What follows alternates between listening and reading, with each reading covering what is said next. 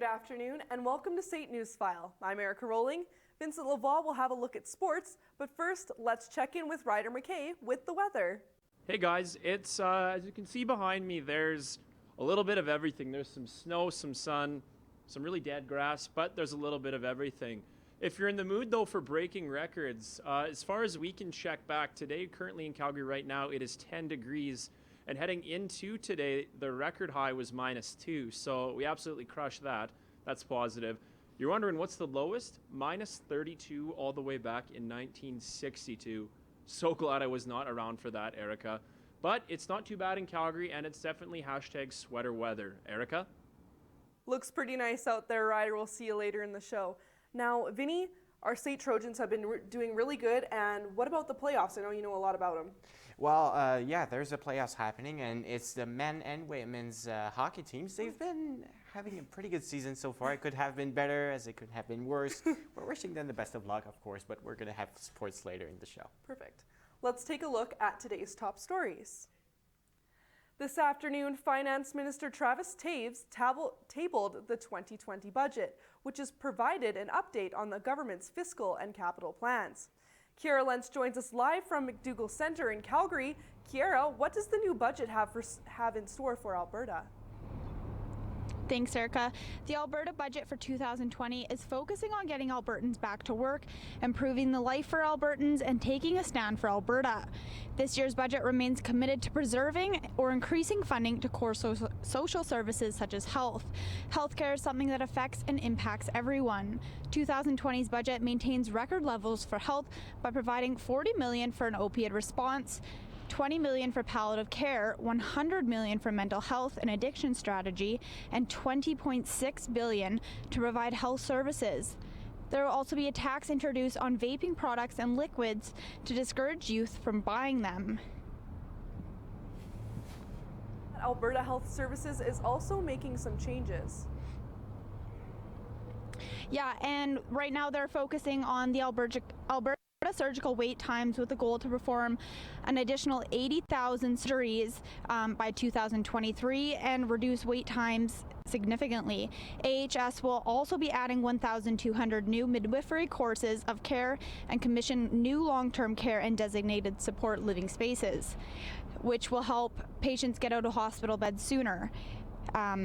Minister of Finance Travis Toews has said Alberta wants to improve the way healthcare is delivered.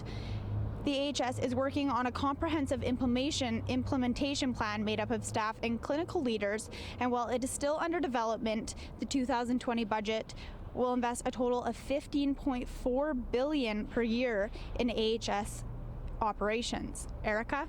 Thank you, Kiera. Kiera Lentz reporting live from the McDougall Centre. Reaction to the budget will be swift in the coming days. Charges have now been laid in connection with the death of an Airdrie teen. 19-year-old Kayla Langeau, former student here at SAIT, was reported missing on February 15th, and his body was found 2 days later. As Eloise Terrien reports, another 19-year-old is facing a second-degree murder charge.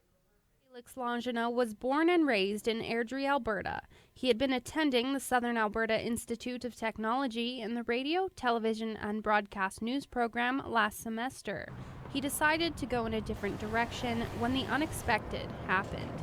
I was just scrolling through my Facebook news feed, and the article came up about him missing, and I just thought that was sad, because you never, even though I wasn't overly close to him, you never want to see someone you know from school or elsewhere just something bad happen to them. On February 17th, Langeau's body was found in a rural area southeast of Airdrie.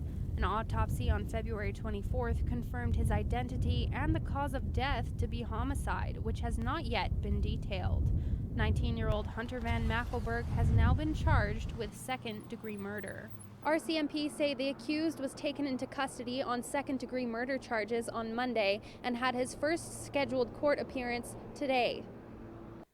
Langeau was a hockey player and spent his time coaching at local training center Explosive Edge after having played for the Airdrie Lightning Bantam team. Those who knew Calix say he expressed himself through athletics. I know he was a goalie because I tried to get him to play on our SAIT hockey team. Unfortunately, couldn't get him to play, but just through that, I knew he was involved with hockey, coaching, and loved playing goalie and sports in general. Family and friends have dedicated a Facebook page in Langenau's memory and have started a GoFundMe page to aid in funeral costs. RCMP cannot release any further information on the case as it is now before the courts, and it is not clear if they are still investigating any other suspects, but they are asking for help from the public in solving the case. For St. NewsFile, I'm Eloise Terrien.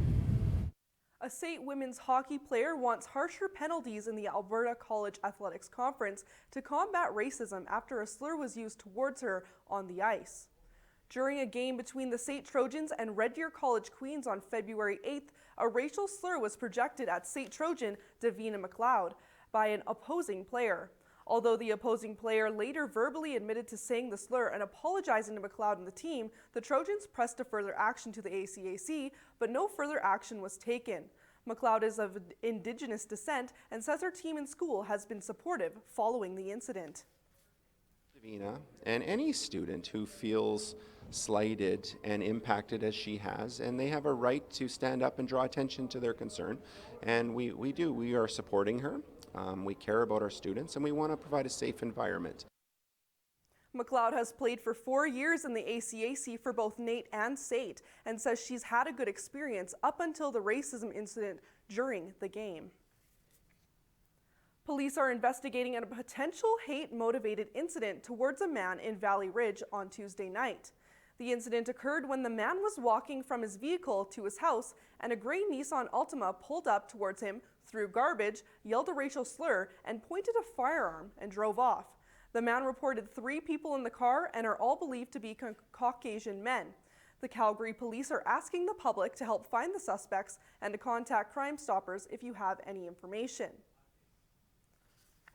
Husky Energy has reported over $2.4 billion loss in their fourth quarter. The Calgary-based company cut 370 jobs back in 2019 to slash spending by $500 million, but projected to have production up by 10% in 2021.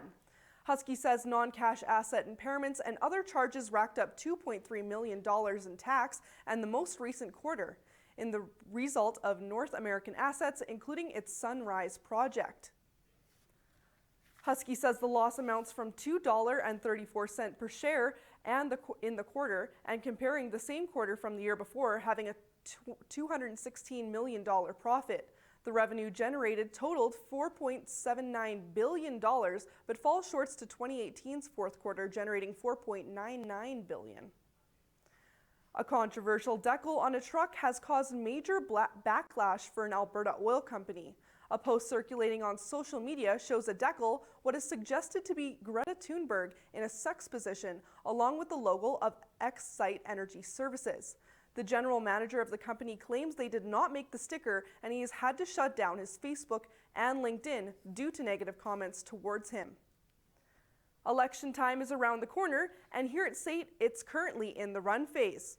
So far, just 7 candidates have indicated their desire to run for one of 4 positions. The process provides students with the rare opportunity to test their acceptability among their peers and a chance to represent themselves on the council. State Students Organization runs the election, which takes a lot of time and manpower to pull off. We also have volunteers that go out and speak to students, and as staff, we also speak to the students that we work with on a regular basis. We try to encourage them to run, and during voting days especially, we, as all of the staff, get involved, and we start encouraging students to vote. Time to run is almost up, with the nomination period ending March 4th and voting happening on campus March 12th. Black History Month is celebrated every year during the month of February. This year, SAIT hosted a celebration with an Afrobeat and West African type music, spoken word, dance performances, as well as Jamaican and West African food. As Ronaldo Suarez reports, SAIT's Black community is always growing. During Black History Month, Canadians celebrate the many achievements and contributions of Black Canadians who have helped make Canada the culturally diverse and prosperous nation it is today. And most importantly, not just showcasing the culture, but giving everyone a platform to be part of the experience. So there's a big component of awareness, but also a component of bringing us all together. Few Canadians Canadians are aware of the fact that African people have been part of our society since the 1600s. Many of them came from the United States fleeing slavery and helped to lay the foundations of Canada's diverse and inclusive society. Close to 3.5% of Canadians identify as Black. But it's definitely a celebration of how far we've come, been able to overcome, and just where we are now and the contributions we're able to make. So it's good to be able to remember the past, and so as not to let it repeat itself, but definitely to look forward to the future and see how best we can do the same, because at some point we're going to be Black history. In December of 1995, the House of Commons officially recognized February as Black History Month in Canada, following a motion introduced by Jean Augustine, who was the first Black Canadian woman elected to Parliament. Although Black History Month is ending soon, it doesn't mean you can't celebrate the culture and recognize important historical Black Canadians year-round. For State NewsFile, I'm Reynaldo Suarez. If curling is not exciting enough for you, but skeleton sounds downright terrifying, human bonspiel may be a good alternative. Instead of rocks, participants throw humans on the ice surface. As Simone Charest reports, it's all for a good cause. Ice, speed, and fun. That is what participants at the 2020 Human Bonspiel Tournament were up to this afternoon at the Plaza. More than 250 people participated in a tournament to collect funds for kids' sport to ensure no financial barriers prevent kids from playing sports. We're proud to come down and give back to all of the kids in Calgary, the local area. Get set, slide! When they are, yeah. The Calgary Corporate Challenge Human Bonspiel invited local businesses to participate at the friendly competition. Competitors trained for the whole week to qualify for the finals. We're just out here having a great time, trying to aim for the big circle over there and not fall off on our butts on the ice. Kids Sport Canada says the event serves not only as a fundraiser, but builds relationships with large corporations. Calgary Corporate Challenge Human Bonspiel is the perfect event for kids sport. It showcases a level of sport that anyone can get involved in. That's what we're all about, is giving all kids the chance to play the sport of their choice. The challenge was hoping to raise $2,000, but the money has been flowing in. Kids Sports say they raised more than $5,000 so far. The finals are tomorrow and the winners will win eternal glory. For State NewsFile, I'm Simone Charest. Those are today's top stories. We'll have your full forecast after the break, but first, Ryder McKay has a look at what's going on around Calgary this week. Celebrate Leap Deer in the Park February 29th at Central Memorial Park from 1 to 4 p.m. Events for all ages. At the BMO Center, it's the one and only Home and Garden Show starting today and ending on Sunday. Go out and stock up before gardening season arrives.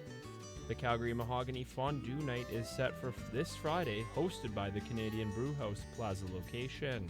Tickets are still available at $40 per person. Go out and enjoy a full-course meal. Techstars Startup Weekend for those interested in starting their own tech company starts tomorrow at the Red Mile and goes till Sunday. A social and networking event designed to bring all together and get to know one another for We Are Better Together. It's Better Together this Friday. One of the world's most popular techno artists rolls into Knoxville's Tavern tomorrow night. Celebrate Darude with friends. Doors open at 9 p.m.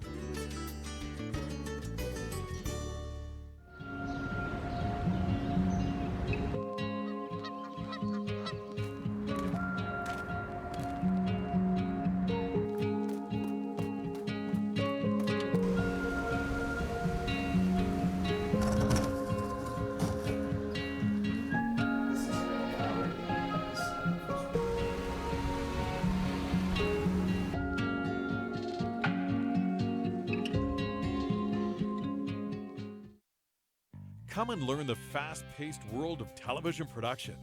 Find your passion to write, shoot, edit, and direct news, sports, and dramatic productions. With industry-standard technology and the best instructors in the business, SAIT's television production program teaches you everything you need to know for a career in broadcasting. This is television production. Come and dare to be on air. Welcome back to our show. Let's take a look at what's going on in the province area. In Vancouver, it is raining as it often seems to do, which is basically all it ever does there. In Edmonton, it's 2 degrees with mixed conditions, definitely the most desirable out of the 4 that we see on the board. In Regina, it's -4. Moving into the east, sorry about that, guys. In Regina, it's -4. In Winnipeg, it's -12. In Toronto, Montreal, Halifax, and St. John's, it is not very nice out whatsoever. As you can see, Toronto getting the worst of it at -4 with flurries and rain. Moving into Halifax, you see that freezing rain. Driving conditions out there obviously are going to be very difficult.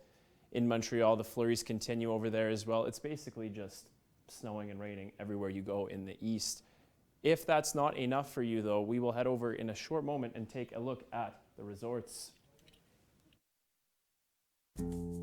In Palm Springs, it's 20 with a mix of sun and clouds. Sunny conditions in Barbados with 30 degrees. In Cancun, it's 24 and it's sort of cloudy. In Honolulu, it's sunny with a little bit of clouds as well. Sunny in Orlando and Vegas with temperatures right around that 20-degree mark. In Calgary today, as mentioned earlier, it is 10 degrees and conditions are mixed, but it's not too bad outside. Wind conditions coming in from the west at around 24 kilometers an hour. What's next in Calgary is a mix of sun and clouds, but what to really watch out for is Saturday when we have a little bit of flurries. Driving conditions will be very steep. Moving into what's going on in our province, in Fort McMurray and Lethbridge, you see that's where we have the biggest temperature gap, but otherwise generally temperatures are all kind of in that 3-degree area range. In Medicine Hat, it's 0 degrees. My grandpa loves golfing. He'll be happy about that. In Calgary today, it is 10 degrees, not 4. And in Banff, it is -1. Perfect for tourism guide people heading out there because that's all people ever seem to do in Banff. Grand Prairie, it is 3 degrees. Edmonton, it is 2 degrees. A mix of sun and cloud conditions, generally seeming to follow that trend throughout the province today and for those next few days. 5-day forecast here for you in Calgary. As mentioned, those flurries on Saturday, keep an eye out for them. It'll be a slick one on the road. It gets sunny after that, and Monday there are some flurries again. Let's take a look at the snow report. It is a great week for those skiers, snowboarders, and maybe snowshoers. Packed snow conditions in Sunshine, Lake Louise, and Mount Norquay. In Sunshine, 8 centimeters overnight brings the base to 170 centimeters, perfect for shredding. In Lake Louise, similar conditions with -18 temperatures. Heading over to the wonderful British Columbia, in Panorama, 2 centimeters overnight brings the thin base to 88 centimeters. There's some nice weather out there at -3, which should allow for great outfits. No snow overnight in Fernie leaves 165 centimeters of packed powder to utilize. In Revelstoke, the powder is great with 3 centimeters overnight, adding to the total depth of 254 centimeters. Some great weather out there for all, wherever you are. Enjoy it.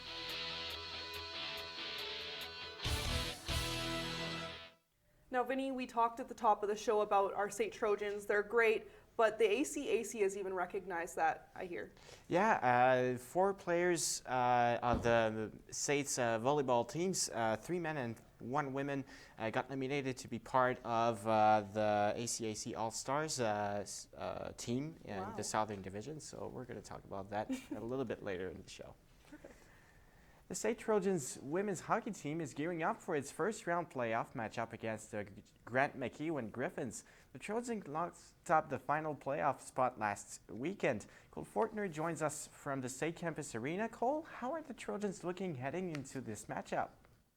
Well, Vincent, the Trojans are coming into the playoffs on a bit of a hot streak after winning 3 of their last 4 games, including a 7-2 victory to wrap up the season. The Trojans are going to be playing in their first playoff series since the 2016-17 season when they took on McEwen in the championship round. Looking at this season, the Trojans have lost all 6 meetings. These games have been really close games, and it's just that little disheartening one player that happens and the puck goes in the back of the net. And now with the puck going in their net a bit more, hopefully that'll help too. A key factor that should help the Trojans is compared to the start of the season, the team has been able to keep a consistent roster. Well, at the start of the year, we had 3 players playing soccer, 2 playing golf, which were our captains basically. And then our MVP from last year, Brittany McDonald, went water skiing the day before the season and wrecked her knee, so she couldn't play till like mid-November. And then Kelsey Patterson got a penalty, a really bad call, slew footing penalty. So early in the game, and then she was suspended for 3. So basically we were playing without any of our 5 captains. With the Trojans being able to have consistent line mates throughout the later portion of the season, the team's overall record has improved. Since the end of November, the Trojans hold a record of 6 wins and 7 losses and have held their opponents to 2 goals or less in 10 of those games. However, the Trojans will be meeting the 3-time defending ACAC champions who have only lost 3 games this season. Well, Grant McKeon, they've got a really skilled team. They've been really recruiting as a youth sport team, so they sit out about 6 players a game. And I think 3 of our last 4 games have been 2-1. And we get as many chances, we just got to put some in the net. Trojans will look to take Game 1 at Grant McEwen tonight. Puck drop is at 7. Game 2 of this series will go here at the State Campus Arena tomorrow at 7. Vincent? Thanks, Cole. Cole Fortner reporting from the State Campus Arena. Tickets are available at the Trojans ticket office starting at $2 for students, and the entire series can be streamed on the ACAC website. The playoffs always bring a boatload of pressure, and the women aren't the only ones gearing up for the postseason. The men's hockey team is also getting set for a big playoff matchup after a hard-fought regular season. As Austin Lee reports, both teams are going to be looking for support from their fellow students here at SAIT. When it comes to excitement, there's nothing better than a playoff hockey atmosphere. With both the men's and women's teams kicking off their quest for ACAC gold in the coming days, there's a real buzz among the players. However, some students on campus feel their schedules are just too jam-packed to show up to games. I want to be interested, but at the same time, I'm just such a busy guy that I don't really have time to follow it as much as I would like. It's literally just a time management thing more than anything right now, just a midterm season coming off a break here. Despite the busy schedules of student life, others who know the players are looking forward to the Trojans' playoff push. I have a classmate named Bryn. Yeah, she's really excited about it. She has told us about it. She has messaged our group chat about it. So yeah, it's really hype actually. The women of Troy meet the league's top team, the Grant McEwen Griffins, in round 1, while the men's team is set to face the Augustana Vikings in the first round next week. Well, as you can see, the stands are empty right now, but St. Trojans Athletics Department is hopeful that when the playoffs roll around, these seats will be filled with fellow classmates cheering on their teams to give them an extra jolt of energy for that deep playoff push. These teams know what's at stake, and for a handful of veterans, this playoff run will be their final chance to don Trojans colors. The extra emotion in the building does amp them up. It does help them, and it's always exciting to know that people are watching you on a bigger stage. The first home game for the women is tomorrow night at 7, while the first men's contest at SAIT is on Friday, March 6th. For SAIT NewsFile, I'm Austin Lee. 4 State Trojans athletes received the big honors from the ACAC yesterday. Andrew Birchall, Chris Kaser, Maddox Graves, and Jaden Leong, all from State's volleyball teams, were named to be part of the South Division's all-conference teams. The 3 male athletes nominated helped the men's volleyball team to climb up to the 3rd place in the ACAC's South Division rankings. Despite the disappointing season of the women's volleyball team with 6 wins and 18 losses, Jaden Leong was leading the ACAC with the most kills with 317. She also performed 39 service aces this season. This is her 2nd nomination to the South Division All-Stars team. Calgary Flames will play against the Nashville Predators tonight after their win against the Boston Bruins 5-2 Tuesday. The Flames will play against the team that's just below them in the Western Conference rankings.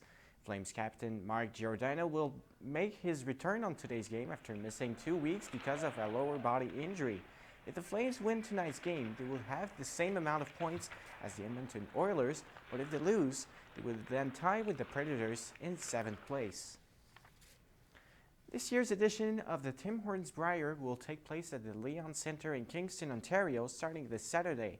The leader of Team Alberta, Kevin Coley, is seeking for his 5th Brier title in his career, which would make him the first skip to win 5 Canadian men's curling titles. The winner of the Brier this year will then head to Glasgow, Scotland for the World Championships.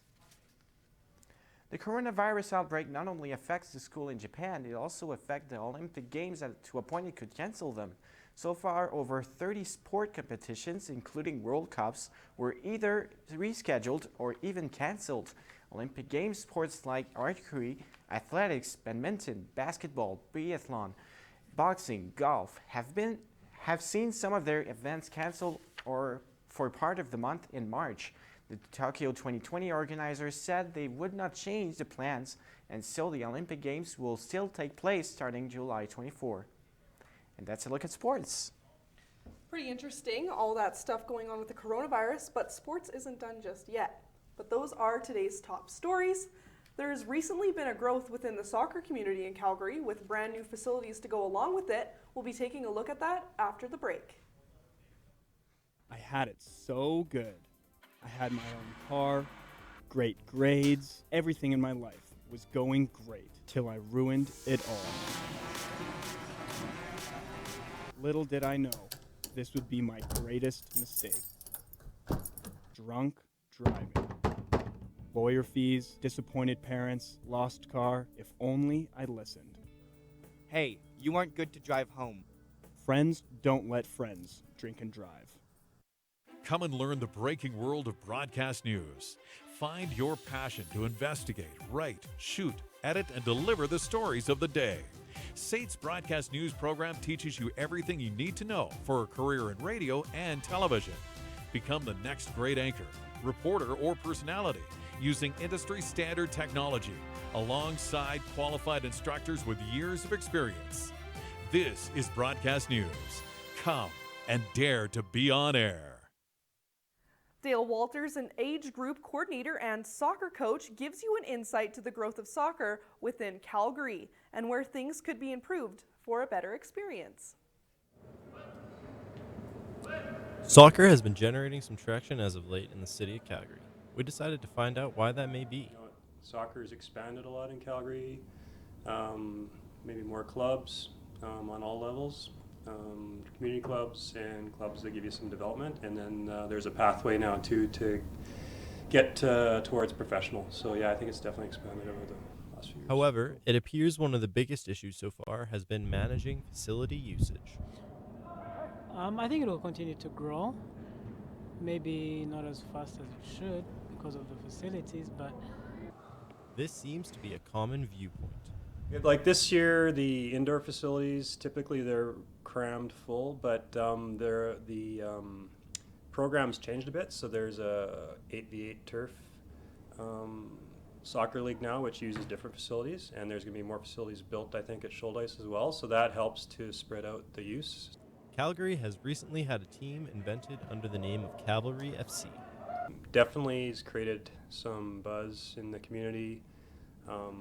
Younger kids, have older players to go watch and maybe idolize, and gives them some motivation to get into the sport or take it more seriously. So it seems to have had some effect long term, hopefully, yeah.